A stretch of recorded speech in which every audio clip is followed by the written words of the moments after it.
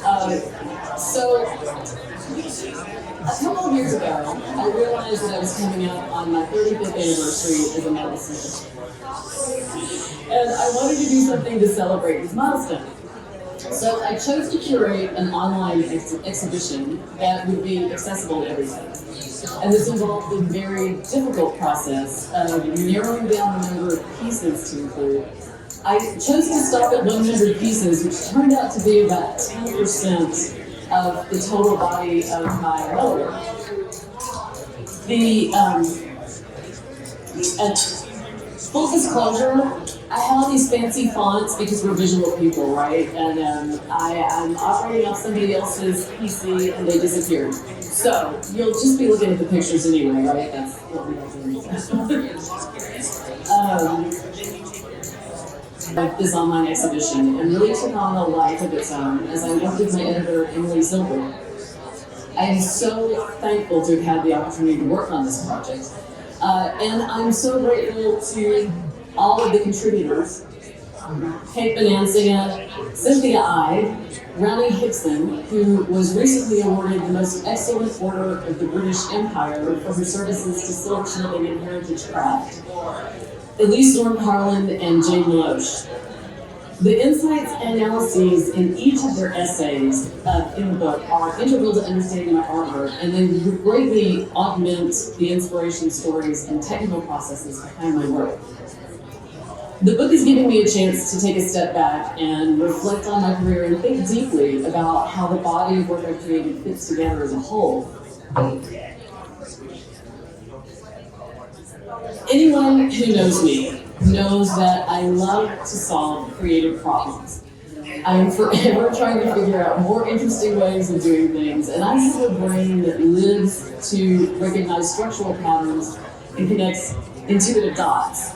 And through my work, I am forever seeking to synthesize dualities or opposites, such as matter and space, magic and science, and past and present. And I also like to jump in scale from architectural to intricate jewelry. What I'd like to share with you today is a deeper dive into how I seek to synthesize these particular dualities through a few of the pieces I've selected for the monograph and the exhibition. I'll show you some of the innovations I've created in historical metal sealing techniques and how my contemporary designs with them are driven by my rather unique experiences.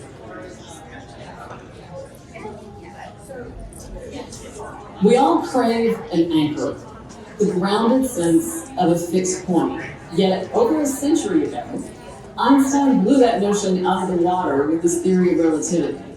Physics and cosmology suddenly left us unmoored, floating with no fixed point and no axis bending. But the beauty of this is, if we let go and just embrace it, we're also ever expanding, just like the relative universe in which we exist. For me, this is also the space of creativity.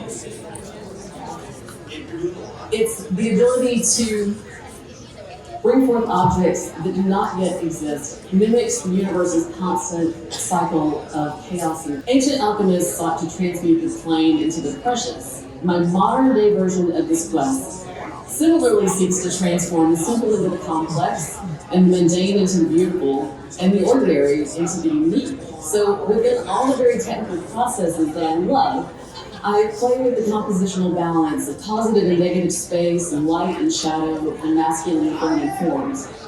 The spinning discs of Relativity Navigator encapsulate this idea by showing different perspectives within the same image as we rotate the discs. First, though, I would like to tell you how my somewhat unusual journey began and where I learned the foundation of historical techniques that I practice. Then I'll show you how my techniques evolved through some of these dualities that I seek to synthesize. I was born in North Georgia and grew up in Chattanooga between the time of John F. Kennedy's and Dr. Martin Luther King Jr.'s assassinations. My parents were classical and jazz musicians, and so in our house, the three Bs were Bach, Beethoven, and Brubeck. And as a toddler, I was dancing around our den to my Mother's Day Brubeck records and imagining how all the dancers in my head moved around along with me in my security blanket. My imagined choreography, those layered Bach fugues that I had to listen to, and the 5/4 time signatures of the jazz I loved absolutely influenced my work. But the surreal world of my home life existed within a larger context filled with hopelessly mixed cultural messages. Messages of hope and despair, of equality and inequality, of shooting for the stars and racing to blow up the planet. My earliest recollections of the world around me included the Apollo moon landings, Vietnam War protests, police brutality, Watergate, and activists proclaiming that people like me were autonomous and equal to everyone else. I really wanted to be an astronaut, although I learned that women could be whatever we wanted to be. That was only true so long as we wanted to be teachers or nurses or secretaries. I was 5 years old the Christmas when one of my parents' music students, Robbie Knoll, gave me this obscure board game called Voice of the Moment. And this kicked off my all-out obsession with ancient Egyptian art, especially the architecture and metalwork. And it is still my favorite board game. Now, before you laugh at the oh-so-colonial garb of those Egyptologists that can move around the board, two of these figures were revolutionary to me because they're women. As the saying goes, you can't be what you can't see. And this was my first evidence that women had and could accomplish things that were definitely outside the box. Later, I would discover the work of Caroline Ransom Williams, who was one of those early pioneering Egyptologists, and her groundbreaking book on ancient Egyptian metalwork is available on archive.org for free. You just search by her name, and it's still used by scholars today. But despite not seeing the Tucson exhibition, I studied every book I could get my hands on, diving into Howard Carter's book on the tomb's discovery when I was about 10. And also, the aesthetics of the 1960s and 70s saw a revival of Art Nouveau design that was all over the bright, expressive graphic art and television shows at the time. I reveled in the vivid colors and soft textures of Sesame Street Muppets and animations by Jim Henson, the surreal worlds illustrated by Mari Sindrak, and the humor of Charles Schultz's Peanuts. And yeah, I am really flying my freak flag here for now. Ronnie had also given me a cube-shaped AM radio, which I carried daily into my playhouse-turned-art studio. And I would listen to all the music that my overly serious parents had outlawed, which was rock and funk and soul and jazz and disco, along with episodes of the CBS Radio Mystery Theater. Like most of us from Generation X, I took it for granted that the world might be blown up before I reached my teens, so I coped with this terror and uncertainty by listening to music and making things, which is absolutely how I still cope with the state of the world today. My mother realized that my inherited finger dexterity and my complete intolerance for boredom needed constant rechanneling into something constructive, so she signed me up for classes or bought me kits for just about every craft fad of the 1970s, including macrame, needlepoint, embroidery, tatting, leatherworking, candle making, furniture painting, you get the idea. And I begged to learn to work in metal, but she wouldn't let me because she thought it was dangerous.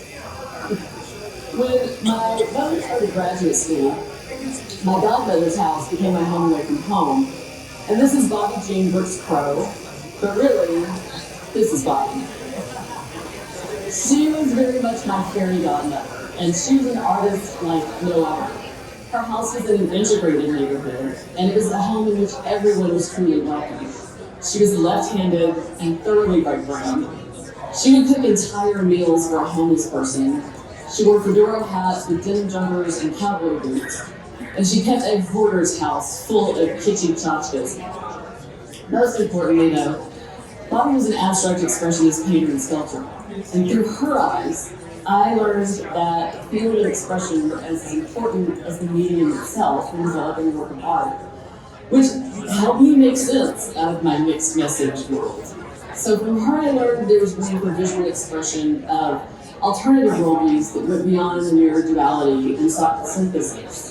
Through her wild line work, her intense use of color, and her absolute adoration of artwork by Rothko, Kandinsky, and Dali, I saw that all artwork had the potential to relate the emotions and archetypes to the viewer, and could tell stories when words failed. Whatever Bobby learned, she shared, and when I was barely double digits in age, she taught me silver point drawing on gesso boards and how to prepare the board, how to stretch and prime large canvases with a gallery map, how to etch and print zinc plate, and so many other techniques before she decided it was time for me to elevate my skill set and learn to paint and color. She even dedicated a space in her living room for my practice, where I painted her Siamese cat, awkwardly floating on a blue background. Her unconditional love and endless belief in me is not only why I became a professional artist, she is really the reason that I do not live in a padded cell.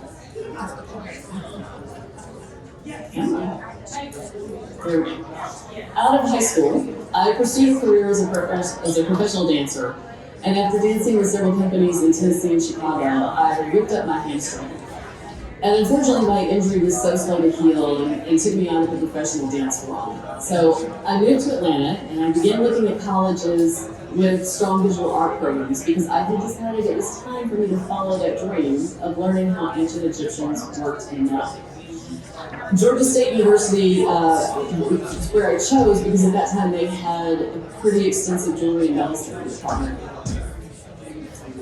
During my time there, my professor Richard Buffon visited the USSR, and in Tbilisi, Georgia, he met a young metalsmith, Gia Gergishvili, and invited him to become an artist in residence as part of the Georgia to Georgia exchange program between the state and what would soon become the Republic of Georgia. Meeting Gia was like having access to a time machine. I found a link to historical techniques that I'd previously been told were just lost. In 1991, the Cartier store in Atlanta held an exhibition of the jeweler's early work featuring enameled boxes and cigarette cases in the form of miniature postcards and letters. And as a result, Richard's previous disdain for representational designs rapidly shifted, and he assigned the class trunk-lore designs. We were expected to conceive of as many objects that look like other objects as possible, and this is one of my pieces that came out of this shift. What I really wanted to make, though, was a vanity case, similar to those that women carried in the 1920s, and which held face powder, rouge, and comb, and enough coins for a cat therapy, and about half the space of an evening bag. So Cartier had claimed postcards. I needed to find another type of card. And I schemed ways to make my Queen of Hearts idea look a bit more unexpected because I was going for an A. I decided that a messy deck of cards with edges sticking out would be more interesting than a neatly stacked deck. And it needed to be at scale, including the height, so I decided to double box, divided into smaller sections to hold various cosmetics and function more like a compacts in the 20s. And this was also my first real piece of Eastern represent. As I plunged into the design at the top, I suddenly realized that if I was going for realism, the queen had to be figuratively dimensional without looking like a two-headed monster. I carved steel stamps to imitate Renaissance fabric patterns for a dress that I cinched in at the shared waist. And for the box, I thought if a three-knuckle box hinge was frowned upon by so-called serious metalsmiths, and 5 knuckles were better, I suppose that maybe 8 were even better. And they're not. I fabricated 2 rows of hinges, 16 knuckles in total that were never as straight as they might have been, and I got an A-. In order to support myself, I began selling my work to galleries as soon as I learned to pierce and do decent wire work. So by the time I graduated Georgia State, I transitioned into working on my own in my rather minimalist home studio. At that time, silver was a whopping $4 an ounce. And I could just barely afford to make larger filigree structures that allowed me to explore ways to create filigree pieces that were more interesting than what people bought at tourist markets in other countries. But before I show you more of the filigree, let me give you an overview of how I do the technique. So, let's see if we can make it play. Yes, all right. All Russian or tension-fitted filigree, it's the same thing, is done flat and then bent or curved later. So the first thing I create is the frame, and this can be at a round wire run through a rolling mill so that it's flat with rounded edges on the top and bottom, or on a square wire. And flatten. Yes, okay, good. It's been a day of tech drama. Flattened wire is softer and has a more antique look, and square wire is more contemporary, but it lends itself to a more elaborately dimensional structure.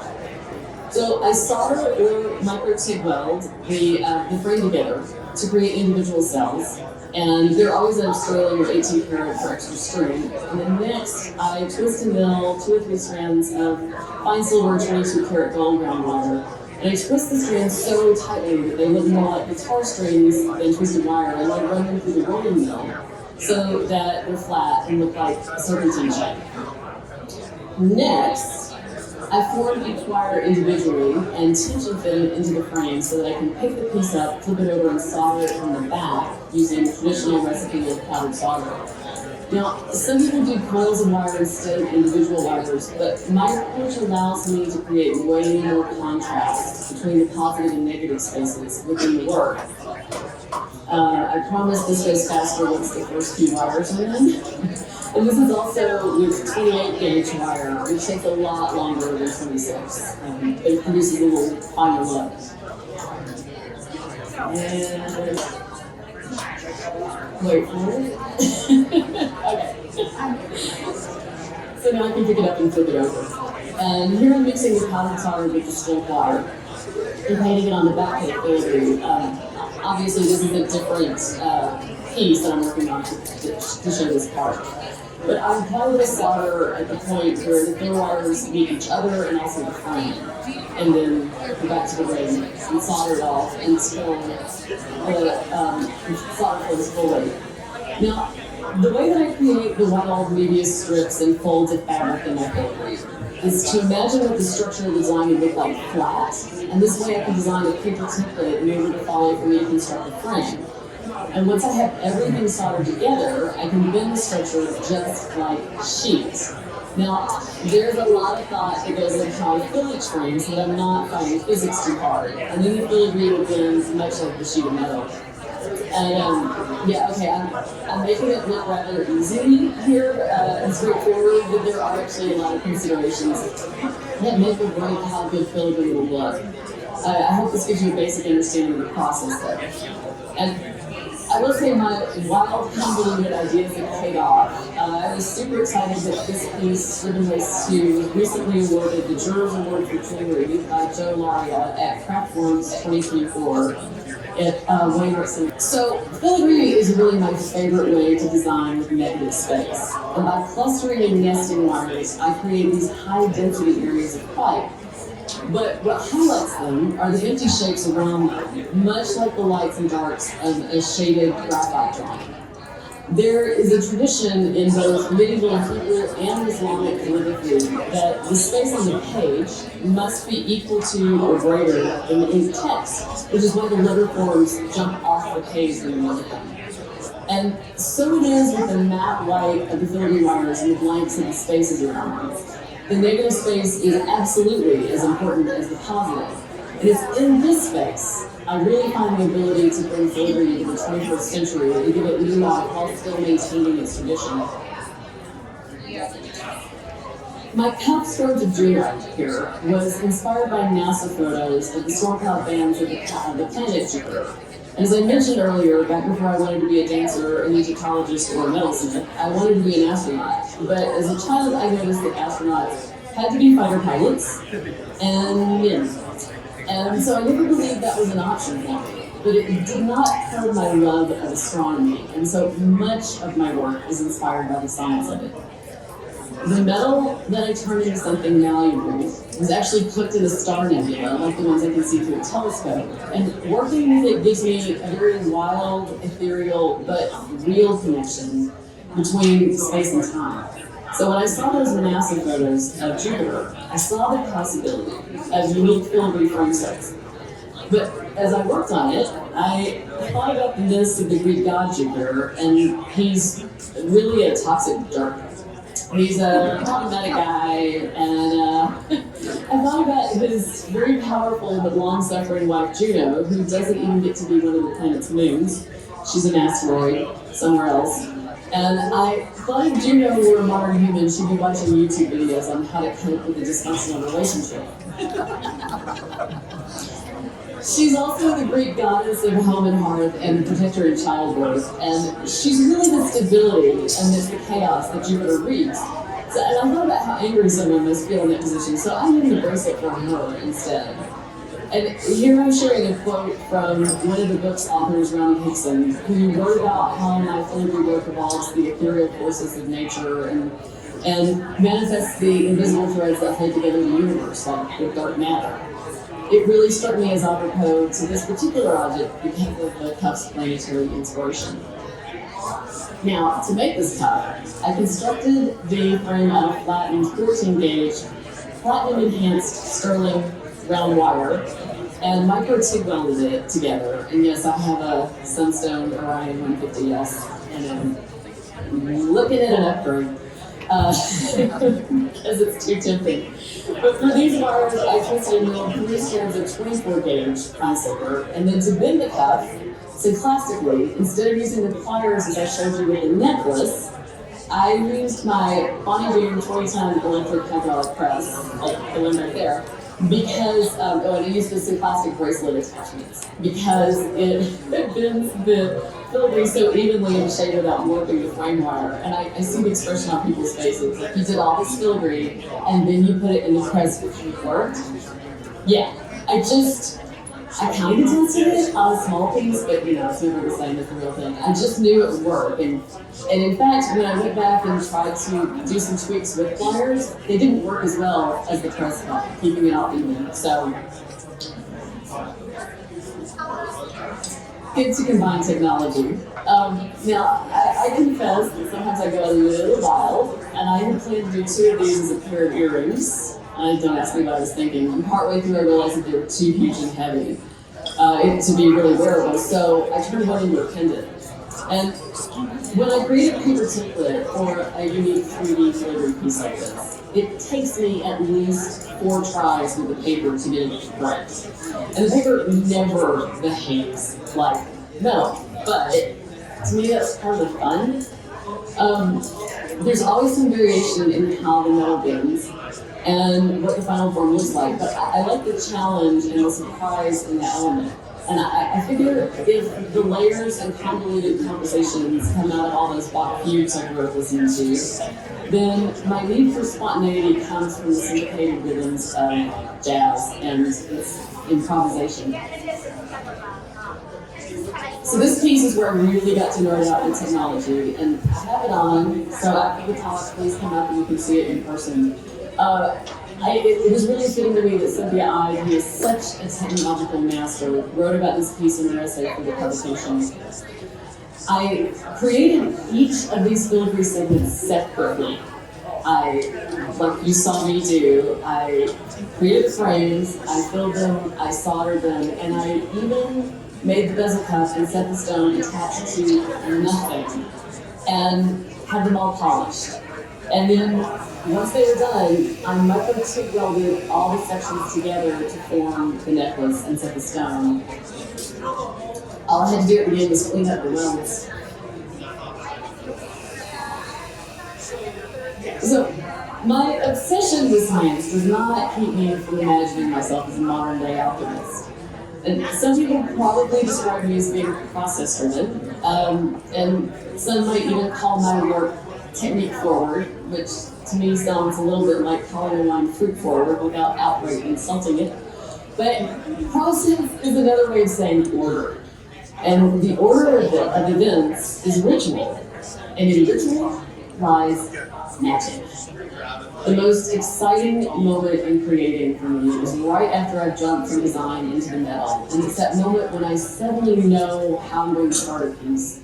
And my bench is this big bang chaos of wire and sheet and tools everywhere. And it's those moments that I feel really connected to the millennia-old chain of metalsmiths, turning raw materials into something greater and more timeless than the sum of their parts.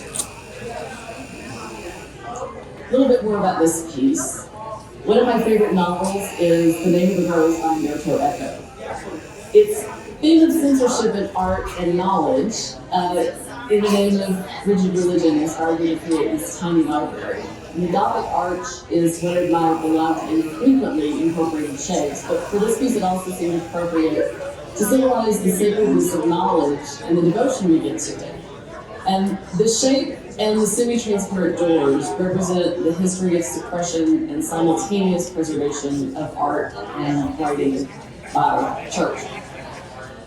I'll talk more about the technique of Eastern repoussé in a few minutes, but for this piece I created the facade of books as a single sheet of those book spines.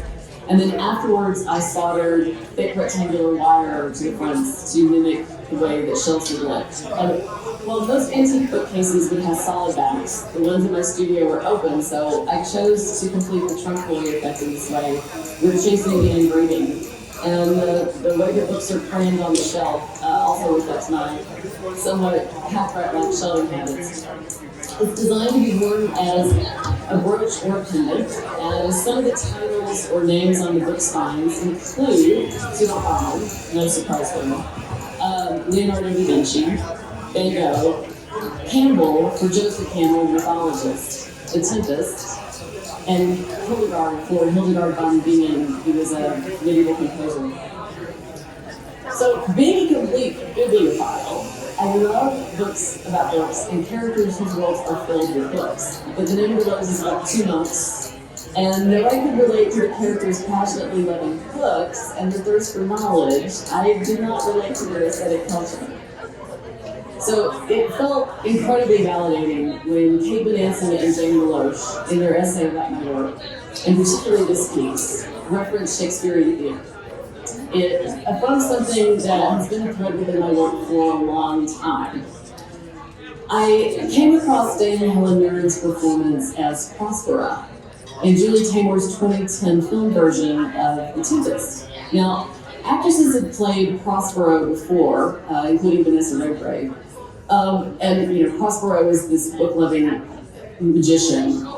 But Mirren and Taymor turned the character into Prospera, the Duchess of Milan, and the mother of Miranda rather than the father. And Mirren's Prospera is profoundly revolutionary as a female sorcerer role model who wasn't merely a wicked witch.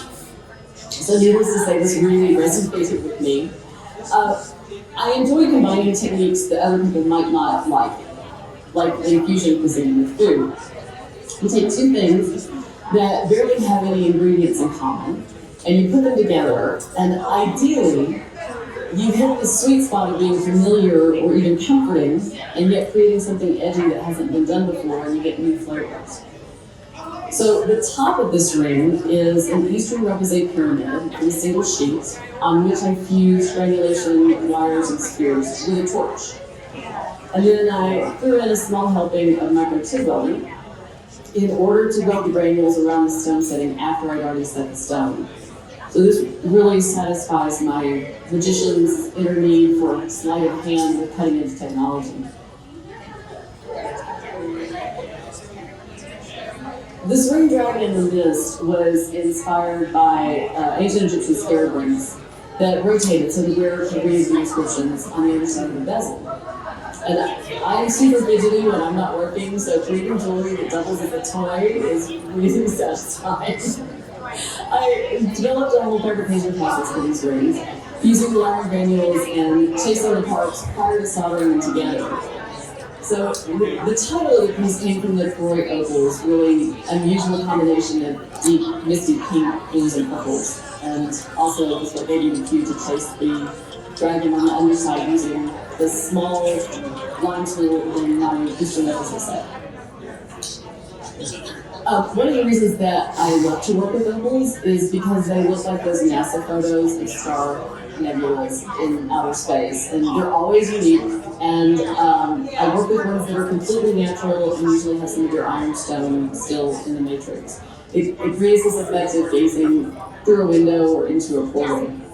And I'm always happy to share my sources, and all the opals I work with come from Jane McDevitt, who's here somewhere at one of the shows. You can find him on social media or on Freud.com. So his opals are definitely worth checking out. And now it's time for something completely different, sort of. So, darling Linda's have some tea. I can't resist a pun or a bit of wordplay. So, this is not the largest filigree I've done, but it is certainly the most dense. At some point midway, I started measuring the amount of filler wire that I used, which turned out to be over 40 feet. It is 2 strands of 28 gauge fine silver wire twisted and milled, and it does work as a tea stringer. Well, a tea infuser and a stringer, so nothing gets through that shouldn't. And to create both the stringer and the infuser, there are 2 separate layers of filigree that I constructed and then soldered together with a torch, because I made this before I had a line over. And it was terrifying. It was the ultimate deck of cards, and not for the faint of heart, but I managed to do it without melting. So, I'd like to show you my process for Eastern Reposé and how it's different from the way most Westerners practice chasing Reposé.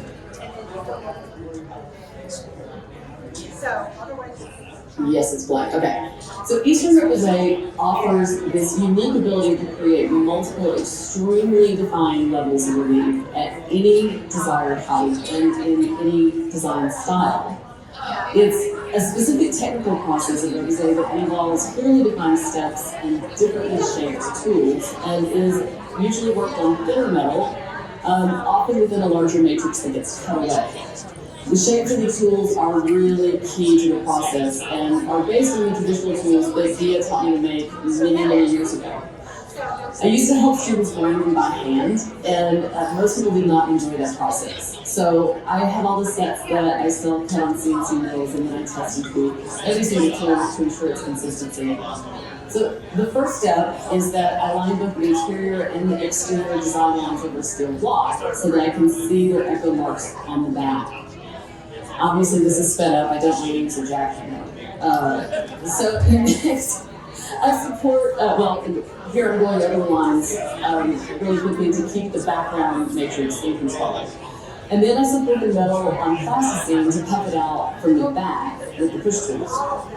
Then I flip back to the front and hammer the exterior lines back down to keep the background matrix in control. And then I can go in and cut out selected areas within the design to create different levels of relief and different heights, which is what I was just doing there. And then I support the metal with pins when I work in the front. So here I'm refining the shapes in this design, and this particular design is going for sharp peaks, but that is just a design choice. It's not a requirement of the technique.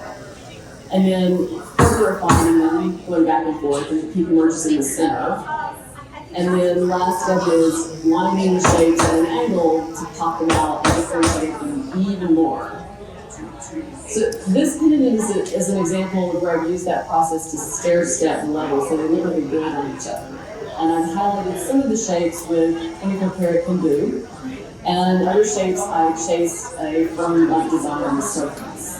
And if we go back to the beginning, my stair-stepping technique is how I get the tulip petals in this neck piece to look like they're dimensional instead of placing peaks down the middle of the shapes. I push them near the edges of the petals, and that's what gives them this illusion that they're really thin and that they're overlapping.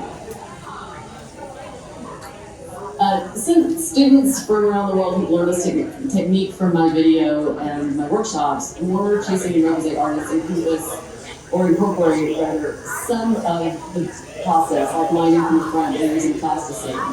And I do still teach, but now I teach exclusively online, which I love because I get to spend more time with students over a longer period and really watch them become much more advanced, much more quickly, and it's exciting to see the progress.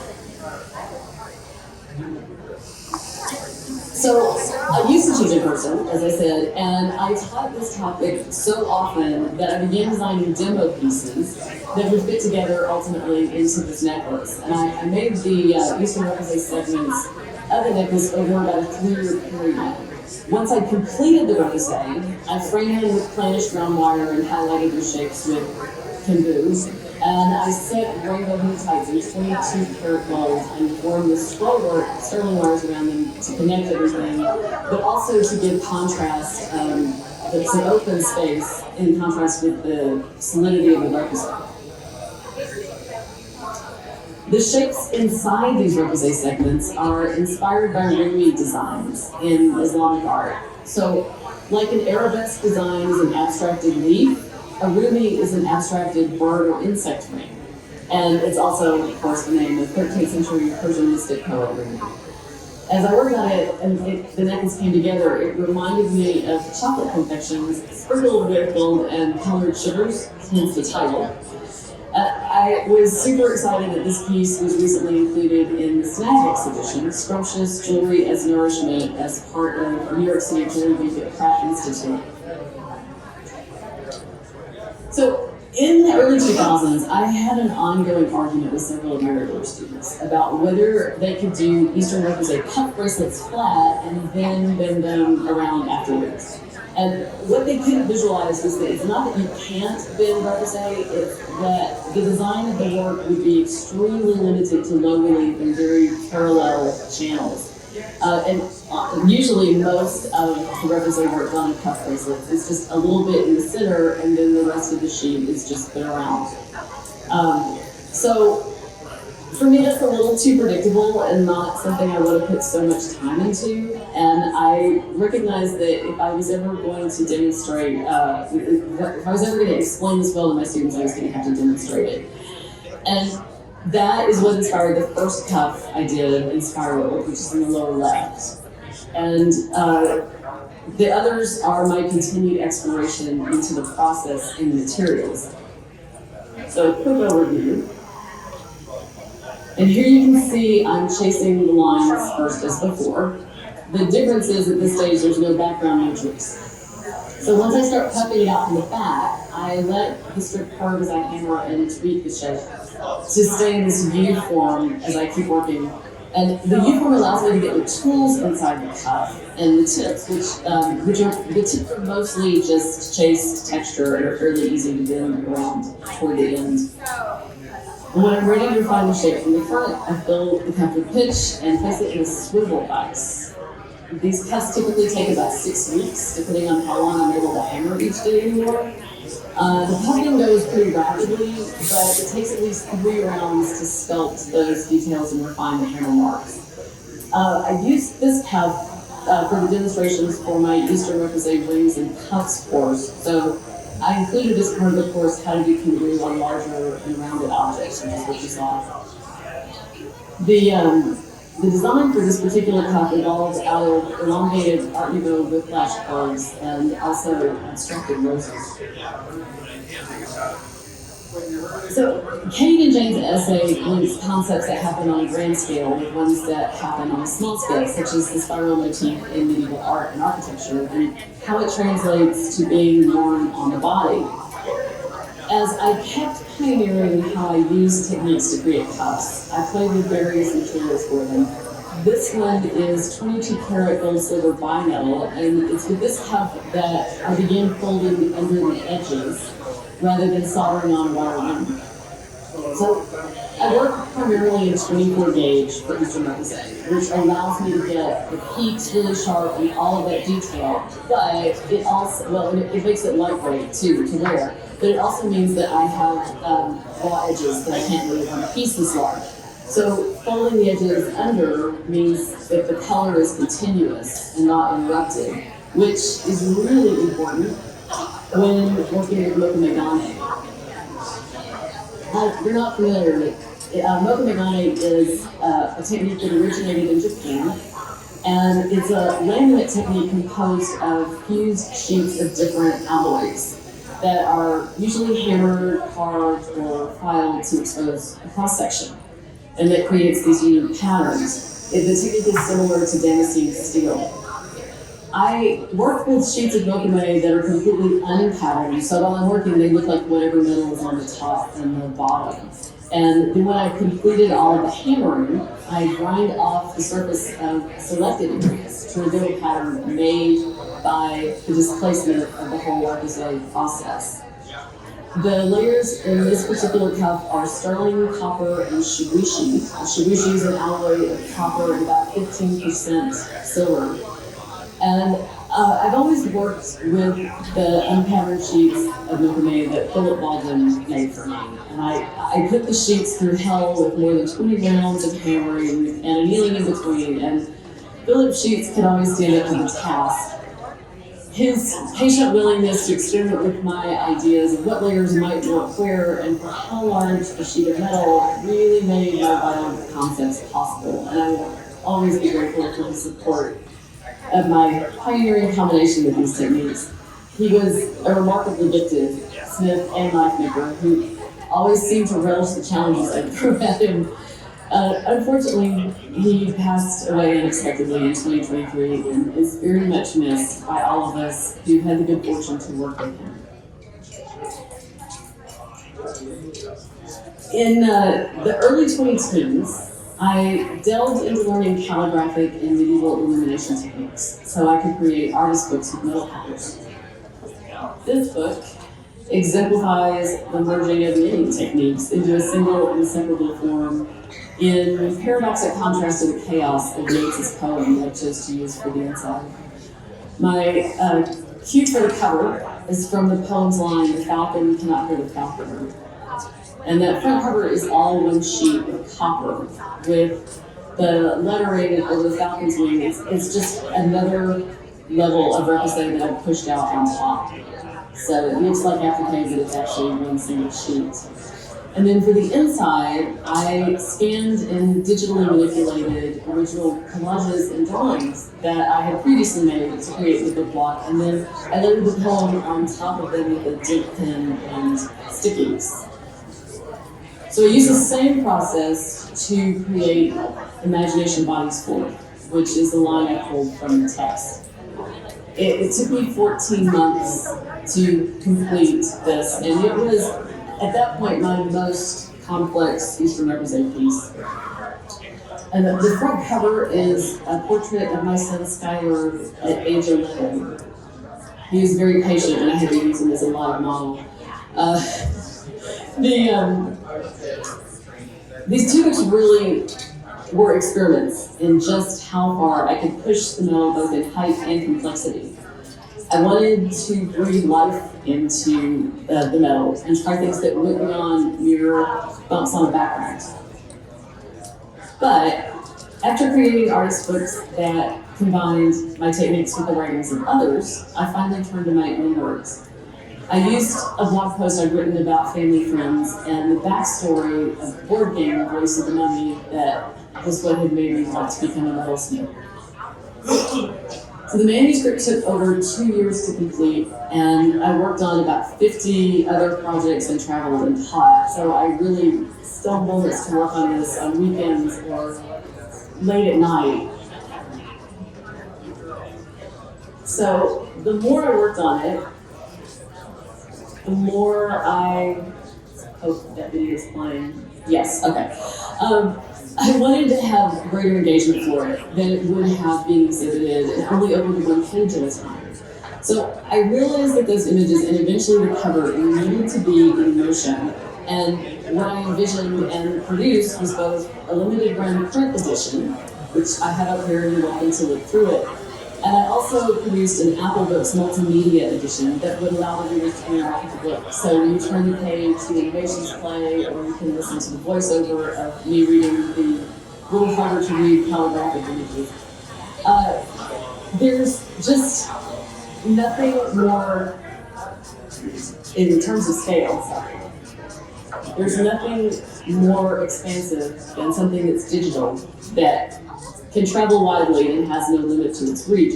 But there's nothing more intimate than a book you can hold in your hands. So Giving Voice is where all of that came together. And I did work with a digital animator to do the inside animations, but this one is from hundreds of images I took as I made this Eastern Represent cover.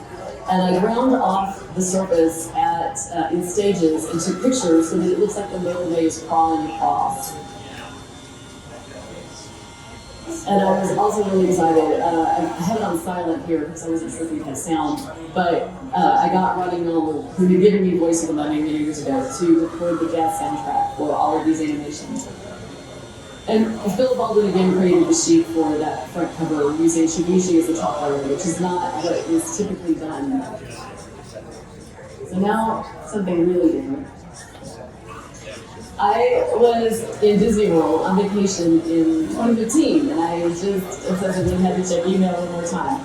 So I saw this come in, and I thought, yeah, sure, I can do this. And I set up a time to talk with this woman, and then I forgot to look at the company's work and see what they did until right before the appointment when I was back home. Because I thought, yeah, yachts, okay, fine, you know, like sailboats, right? But they really meant super yachts. They were working on a 69-meter custom build for someone who I found out much later was obsessed with manta rays and endangered marine life, and was building this super yacht as a diving platform for research scientists. So I began a test piece of this etch screen. Ultimately, the real one I created that you see here was 104 panels etched on both sides. So each panel had to match up like the memory card game from hell. And the yacht builders supplied the frame, and my team and I worked to make the panels conform to the curvature of the frame, but be rigid so that they didn't rotate. The screen divides the main saloon on the super yacht into different seating areas, and needless to say, it was a mammoth job. The image on the right shows my dream team. My etching manager and project assistant, Deanna Pastel, is on the left, and next to her is my son, Skylar, who prepped the panels in the dead of night so they'd be ready to etch on one side at a time in the morning. On my other side is my former studio assistant and graphic artist, Uduak Ita, who applied all the ink and resist to the design palette. So this was a temporary test hang, and you can't see the etching because it's prior to doing the patina and the wax pigment. But once you can see from the detail images, once it's in there, the images really pop. But while I was working on the test pieces for that, the company asked if I could do another project for the same super yacht, and they wanted sliding pocket doors to cover this huge media screen on the wall on another level of the boat. They asked if I could etch it, but when I saw the design, I said, no way, that's not going to work. But I could do it in Eastern Represent, and it would be amazing. So I made this 12 by 12 sample piece for them that the client liked, and away we went. The fact I'd never done Eastern Represent this large and didn't know anybody else who did this large, just never was part of the conversation. I just knew it would work. So I worked in 22 gauge copper sheet and attached, what just happened? Okay, now I'm going to take that. We're supposed to be playing. Yes. No. Oh gosh. Don't tell me that this video is posted. Yay. I attached these. That's not the right. It is the right. No, okay. Well, you've read this part. But anyway, so I attached the panels to canvas stretchers for stability while I was working, using bulldog clips and a whole lot of duct tape. Because every time the copper sheets flexed, it was becoming work hardened, and I was never going to be able to remove these things. So I used the exact same Eastern Represent process that I've shown you, but where I needed larger tools, I substituted large bonding dacking punches, or hammered directly on the metal with a big sheet of plasticine to support it from the front. Sometimes I would use a mushroom stake as a represent tool. Sometimes I just hammer directly. So Dan and Uduak worked on this project as well, and I could not have done either project without them. Sometimes I needed the control of my usual tools to get the details and the textures that the client had liked in my test piece, but it called for some very long hours of hammering. For the stamped circles that are part of the design, I sanded the sharp edges of the punches that you use to cut rubber washers, and this shows the stamping the circles and then cutting them out by slightly planishing them.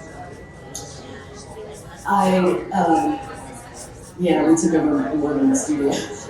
I supported the heads and flippers with a pitch sheet filled with pitch, but there was no way to keep it from cracking and falling out of the depth of that huge shell. So I supported the area I was hammering with the mushroom stake underneath it, and it's held in with my great-grandfather's ankle there. Never worked barefoot in the studio. It's a big safety hazard. When we ran out into the studio, we took over my screened-in porch and later my back deck. This shows Uduak adding gluing twine to each one of those S-hooks for the edge panels while he's finishing one of the turtle panels. And as I began to kind of riveting the panels together, and drilling holes into all that work, which is terrifying. Because one of the things that the client wanted was to have holes in it so they could shine light from the back, and it would illuminate the whole thing when it was closed. So these are the frames that the shipyard built and finally sent me, and they completely forgot to consult me on. So I had planned to wrap the riveted copper panels around the frames, but they left me barely enough wood to drill into. And my husband Chris, who's here, helped me hold the wraps as I hammered and screwed them in. This is a profound example of marital trust. I'm happy to say I nicked him only once. It took days to go through this process because we would clamp them down, hammer them again, clamp them down until they were ready to be screwed in. So, sorry, I'm getting feedback. I'm allowed to use images that I shot, but the owner has never released images of the pieces installed in the boats, unfortunately. I was relieved, however, when the PR about Mr. Riot came out after its christening, and I found out that the owner was a woman who uses her money for an exceptionally good cause. That was it was hard not knowing what I was working on it. And in the book, Roundy mentioned that it's extremely difficult for metalsmiths to negotiate back and forth from large scale to small scale. But that challenge is really crucial to the work itself. For me, it doesn't just push me, it intentionally impacts the content of what I'm doing. So, what's next? I spent part of last December working with Roundy in her studio in northern Wales, and we collaborated on a few things. One of them was filming for a future online course using a hydraulic press to enable mirrored Eastern represent pieces that are then soldered into a hollow form. I had coached her through doing this process for a commission she had in early 2024, and it made me want to dive into doing more of it myself. So these images are a future perfume model inspired by the ruby shapes from one of the necklaces I showed you. And I have to say, there's something so satisfying about soldering together two pieces that are pretty different and yet match up. The irony is, I really hate perfume and I'm desperately allergic to it, but I love perfume bottles from the early 20th century.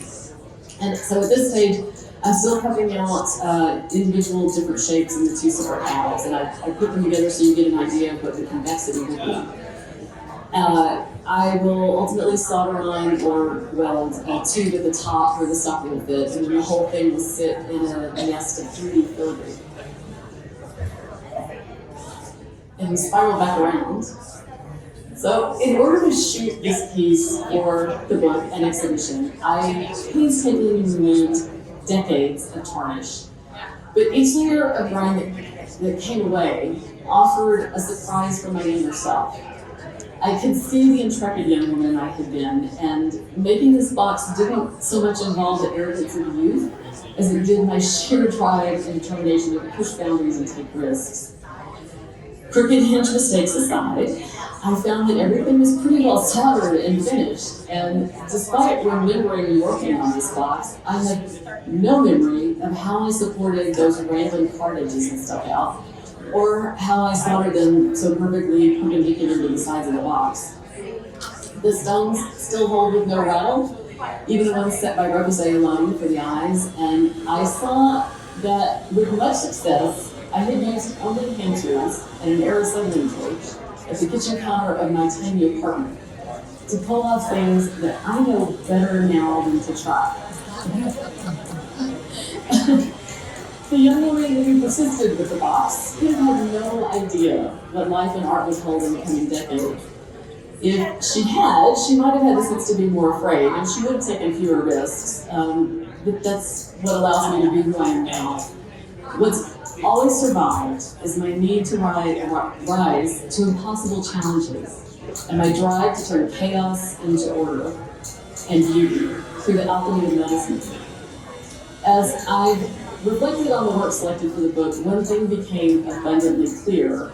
My life's work has been a reaction against cultural conformity, and instead the push towards embracing beauty in what remains a promising but very difficult time to live and create. This journey that I've taken you through is something that I spent a lot of time reflecting on as I've worked on the exhibition and the monograph. And I hope that metalsmiths and anyone interested in preserving the legacy of contemporary artists and makers will engage with the resource. Thank you all so much for being here.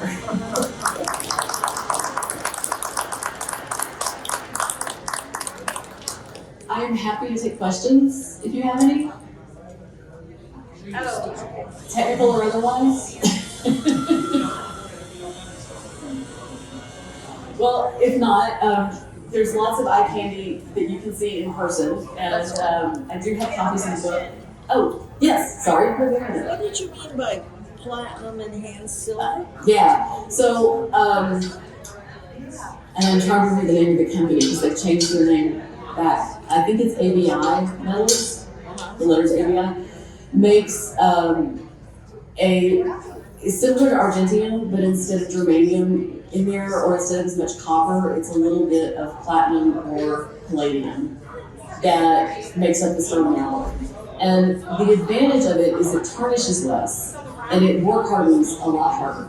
So it's not fun to clean up, you have to really dig, because it is slightly harder. But it works well for things like rings that need to be really small and delicate, but they need to have the strength when somebody doesn't want gold. You can't use 18 karat. Yeah. Do you use flux every time you use? Yeah. Yeah.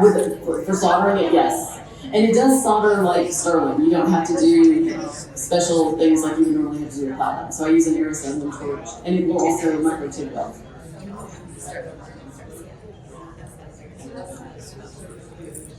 It was fun to see drawers and stuff now because it's all bits and pieces of them that you put on your blog on the net in the early stages of them, but to actually see them, that was cool.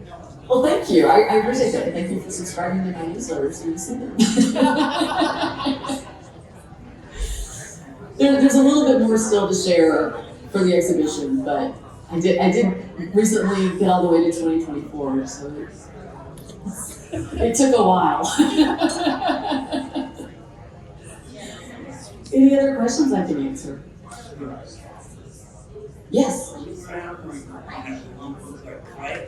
Yes. What is that?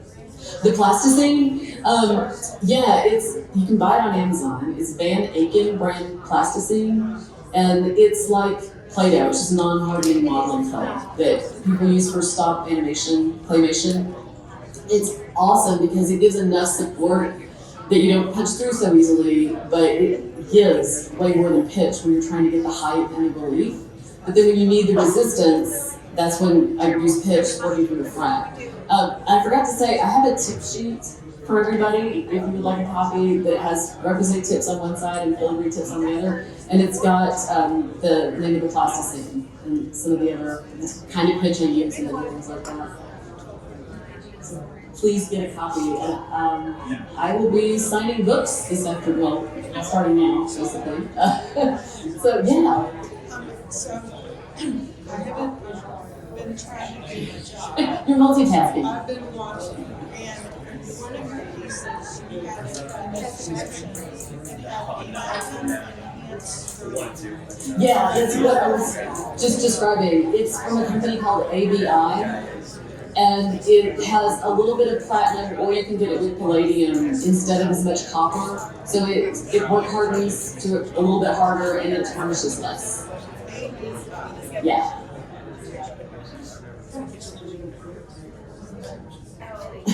And you have solder? I have solder, I have Eastern Represent tools, this is the filigree powder solder. I also have pre-made filigree wire for people who want to see what it's like in person or don't have a rolling mill. And I have copies of both Radiant Echoes, the book that all this came from, and Giving Voice. So, and the tip sheet, and a little bit of jewelry, so you can see. I also have a couple of courses coming up. I am offering my Extended Eastern Represent course online again. So it's 6 months of access. There are 16 hours of demos that you can work through at your own pace. And then we have periodic Zoom Q&A sessions, so especially a lot of them at first. So people can come together and ask questions. And then I answer questions daily on the course dashboard. So it's super high engagement. It's what I used to cram into 2 or 3 days, I can now extend, and people can breathe as they learn and remember what's going on afterwards. And then, of course, the detailed demonstrations mean that you can work alongside, stop, replay, rewind as much as you need to. And this course also has a couple of other modules that I've added to it over the years since I pivoted. One is the floral module, which teaches how I do things like the tulip necklace, where there's lots of overlapping and underlapping, and flowers and leaves aren't your thing, that you can do something else, but it does teach that process. And then I also added a whole module on micro chasing, which I have an example of up here, that is chasing from the outside on seamless tubing. So you can use it for things like fountain things or beads or part of the vessel. Whatever your imagination can come up with. So, yes, please come on up.